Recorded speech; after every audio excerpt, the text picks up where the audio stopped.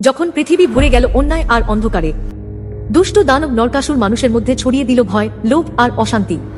সে বন্দী করেছিল বহু দেবকন্যাকে, লুট করেছিল স্বর্গের ধন। দেবতারা যখন ন্যায় বিচারের আশায় কাঁদলেন, তখন ভগবান শ্রীকৃষ্ণ প্রতিজ্ঞা করলেন, এই অশুভ শক্তির অবসান আমি ঘটাব।